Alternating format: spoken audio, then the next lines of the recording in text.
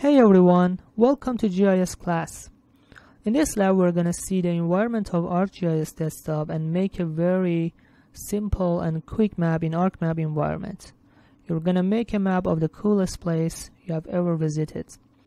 The first thing is how to launch ArcMap. Where can I find ArcMap?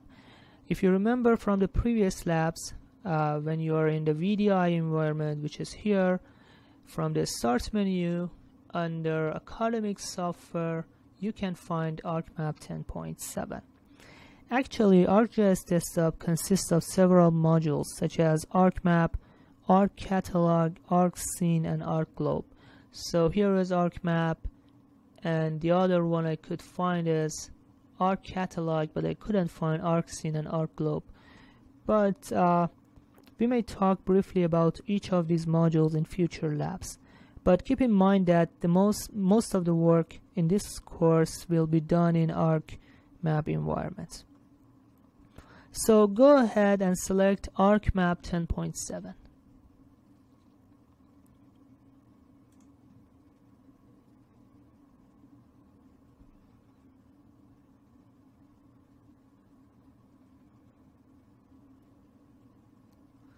So just keep in mind that ArcGIS is called backward compatible, which means that the newest versions support the earlier versions. For example, ArcMap 10.7 supports ArcMap 10.1, but the vice versa is not true.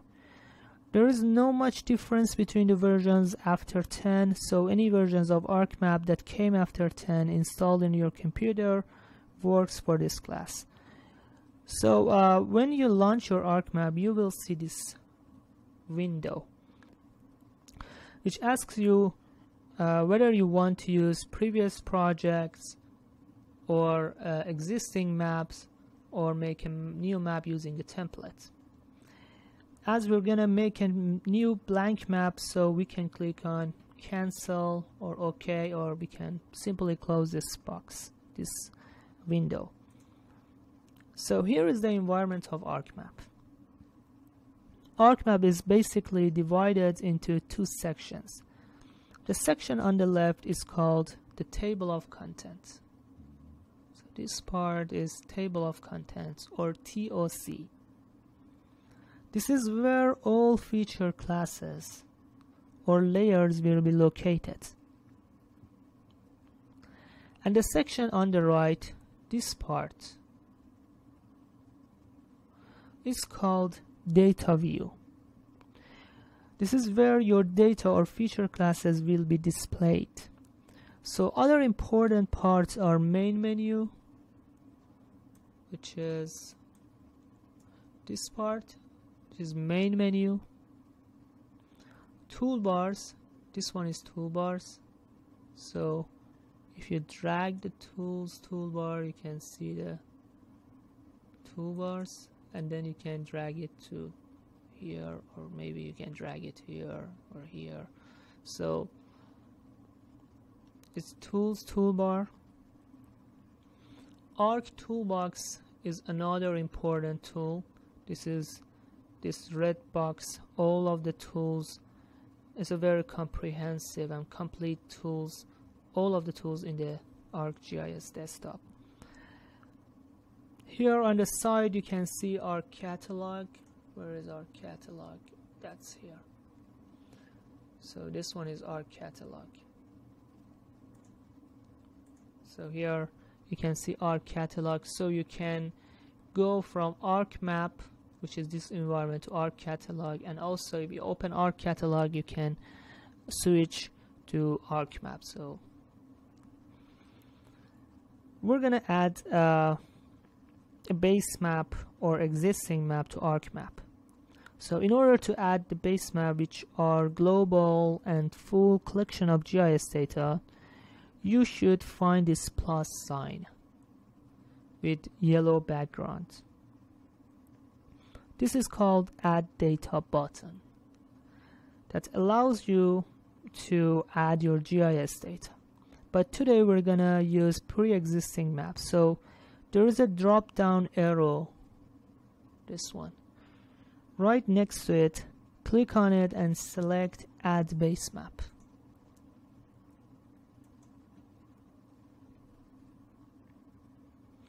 So these are base maps which are map services provided by ESRI or Esri, which is the company that developed ArcGIS.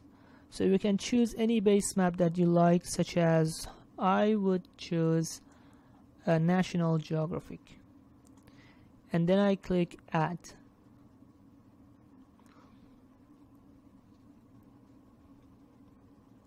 So now you can see the name of layers in the table of content, or TOC, and the layers will be shown in the data view. Here is data view, display of the layer, and the name of the layer in the table of contents. So the question is, where can I find a location in this map? You should use Find Tools.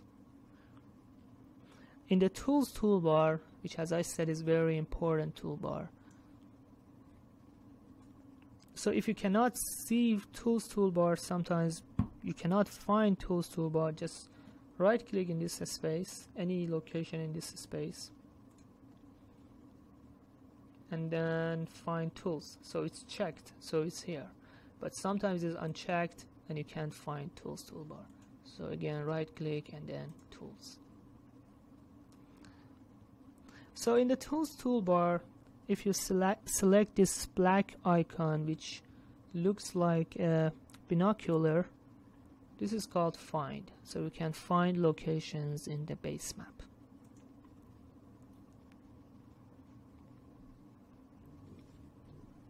So in the dialog box that pops up in the Features tab is for searching in the vector data model. But we will talk about vector data model in the future labs. But in the table of content, we do not have vector data model. For our case, the search is in the library built in the ArcMap. So we should go to the Locations tab. So I'm going to find one of the coolest places I've ever seen, which is St. Augustine, Florida.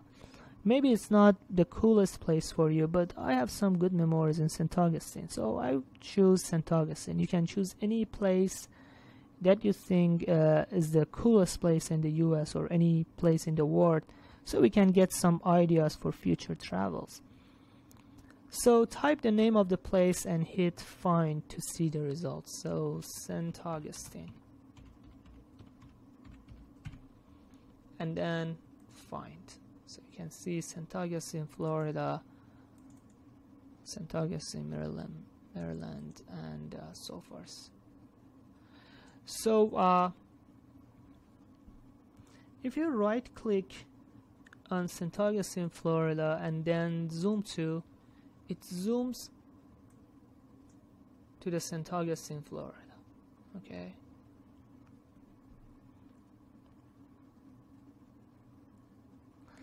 If you again right click on the St. Augustine, Florida, and then add point, you can see that a point has been added. You can also right click here and add callouts St. Augustine, Florida. Can I remove that? I don't know. Let me select yes. So that's here.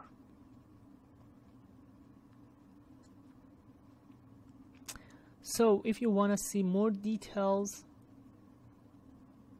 of a location of very specific, so this one is St. Augustine, Florida. If you want to see more details, it's obvious that you have to zoom in. So here from the Tools toolbar, I can draw a box around St. Augustine, Florida, and actually, or technically, I am using a larger scale for showing St. Augustine, Florida. So the scale of the map is changing to the larger scale.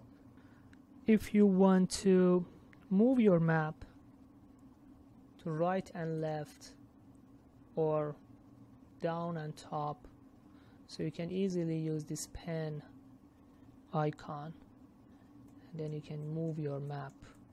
Okay, So for moving your map, you can use this pen.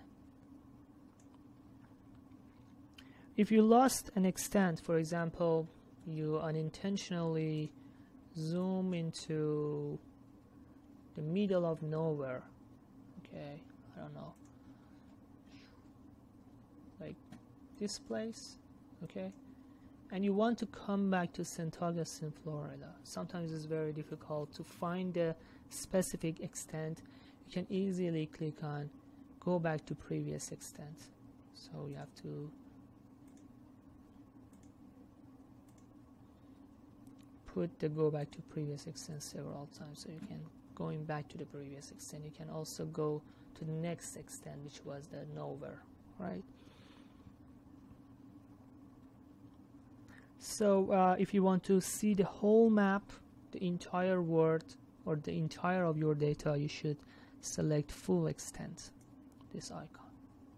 And again, if you want to go back to the previous extent, okay.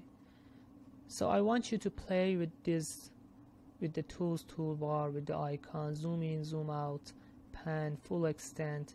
You can use zoom in on the center of the map, so it starts from center of the map, zoom in. But if you fix zoom out, it starts from the center of the map, zoom in and zoom out. And also other tools that we will talk about them in the future. One of them is, for example, measure. You can measure distance on the map from here to here. You can see the lengths here changes, okay. So between two different points you can measure distance. So just play with these icons and see how they work. So when you're happy with your map, when you're happy with the extent of your map, when did you find your study area, when did you find the place you like the most?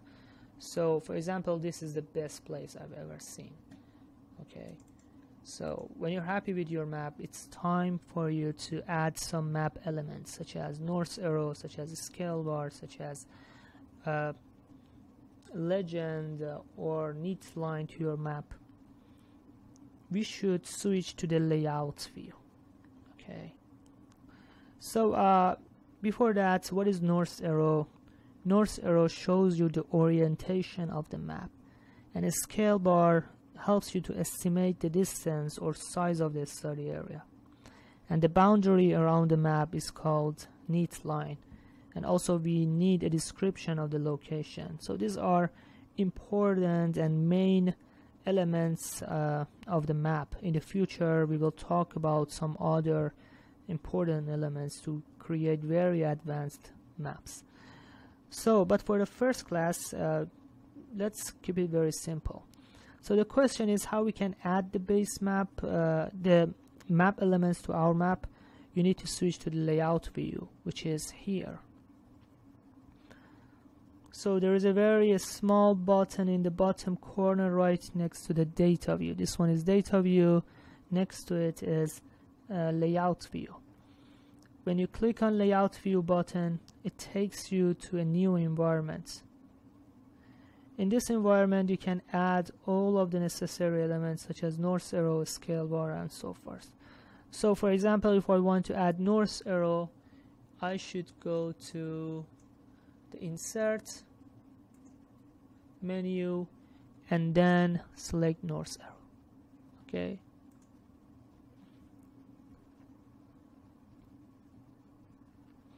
So just select any of the north arrow that you like. I like this one the most, so I'll select this and then click OK.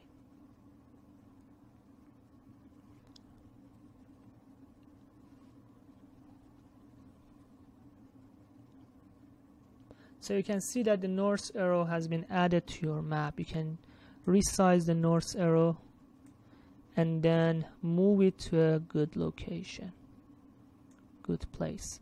So this is the north arrow, which shows the orientation of your map.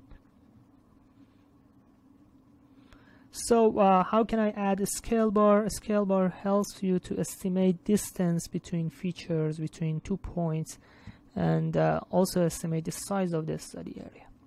So again, it's very simple. insert scale bar, and here you can select any scale bar that you like, so maybe this one, and then click OK. So again, you can move the scale bar to a good location. And if I zoom in, I can see the values. So this value shows that, so the values are based on miles, but our study area is very small, so mile is not an appropriate unit for this map. So if I double click on this scale bar, here I can change the division unit from miles. Maybe meter is better because our study area is very small, and then apply. OK.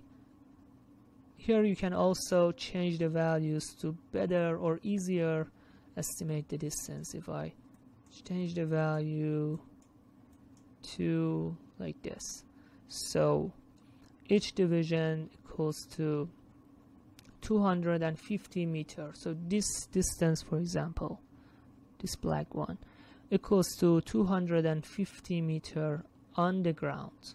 Okay, so you can estimate distance on the map.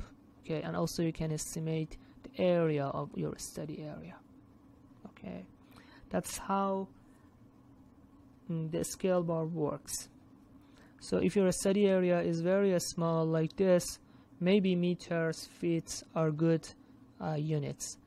But if your study area is large, such as Midwest, maybe miles is a better unit. Okay, so it depends on the study area, the unit changes.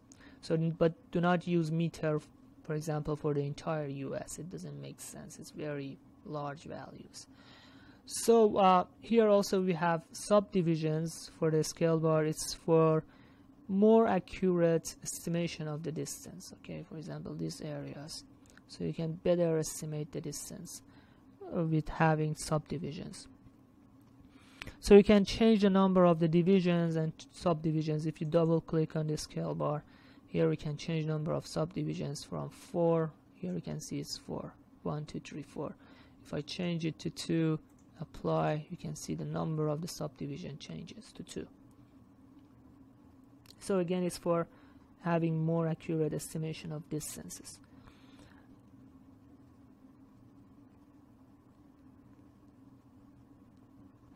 You should also add a title to your map, so which shows that this is part of the St. Augustine. Okay, map should be very clear to map readers. So in order to add a title to your map, we should go to the insert menu and title, and type the coolest place I have ever seen.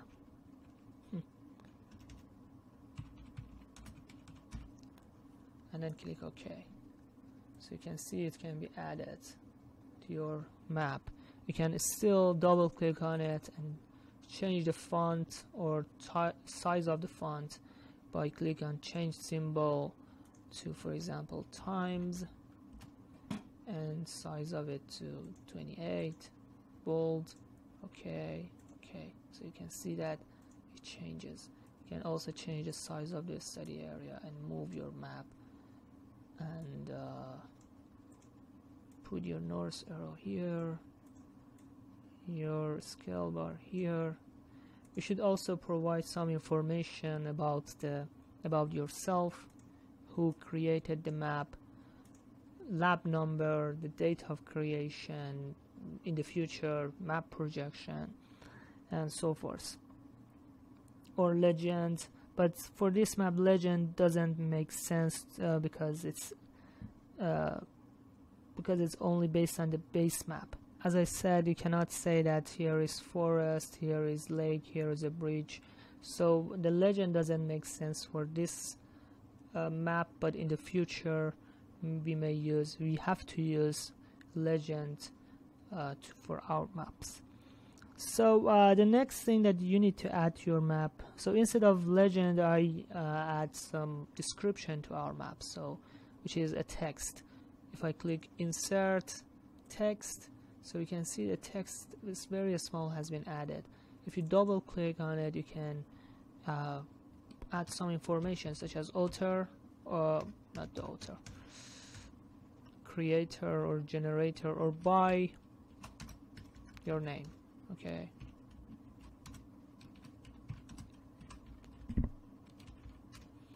date of creation, which is August 2019, August 17, 2019. Lab number 1, and other information. Again, you can still, if you click apply, okay, it's very small, you can still change the size of it to 14 bold. Okay, and here you can add the description to this part of your map. The last thing is we should create a boundary around map, which is called neat line. Insert neat line and the background without background. So place around all elements and click OK. So it creates a boundary around all of the elements in the map. So that's our map, which is ready for export.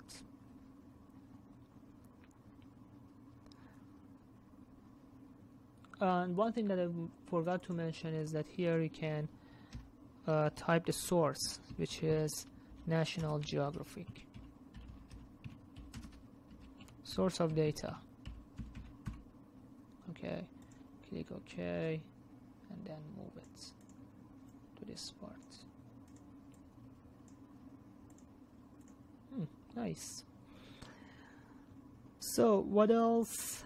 So a tip for you, if you look back to the data view, if you go back to the data view, so, and if you want to add north arrow, legend, scale bar, you can see that it's disabled, it doesn't work. So the student asked me why I cannot add legend, north arrow, because you are in the data view. You have to switch to the layout view and then these items work. Okay. So now it's time to save your map. When you're happy with your map, you need to save your map. How can I save a map? File, save. So again, don't forget, you need to navigate to lab 1 folder, which is in the GIS labs. Okay, I need to add another folder with the name of lab 1 without space. And then here I type coolest map. Again, in naming the of the GIS files, which is the MXD file, map document file, I do not use space, coolest place, and then click save. So it's a MXD is a project, is an index to a project. We will talk about it in the future. Click save. So that's the MXD file, but we need the image. We need to export this map as a PDF file or as a JPEG file. So for this purpose, we need to go to the file menu, export map, and then here, for example, you can export it as a PDF. Click save. Or also, if you want to export it as export map as a JPEG, you can change the resolution. We will talk about DPI in the future labs, but you can also use true color or gray scale, which is black and white, but we use true color. And then general, so here you can change the resolution. If I have more higher resolution, is have higher quality, for example 600, or 300 is still good. So click save, and now you can close your ArcMap. And you can navigate to lab 1 folder, and here you can find, for example, the coolest place as a PDF file. So here is your map. Okay, north arrow, scale bar, description, source, your map, and also a title, or we can see it as a JPEG file. I don't know why I can't open this as a JPEG. Oh, this works. Okay, this is a JPEG file, so you can copy this into your Word file for your lab 1 write-up.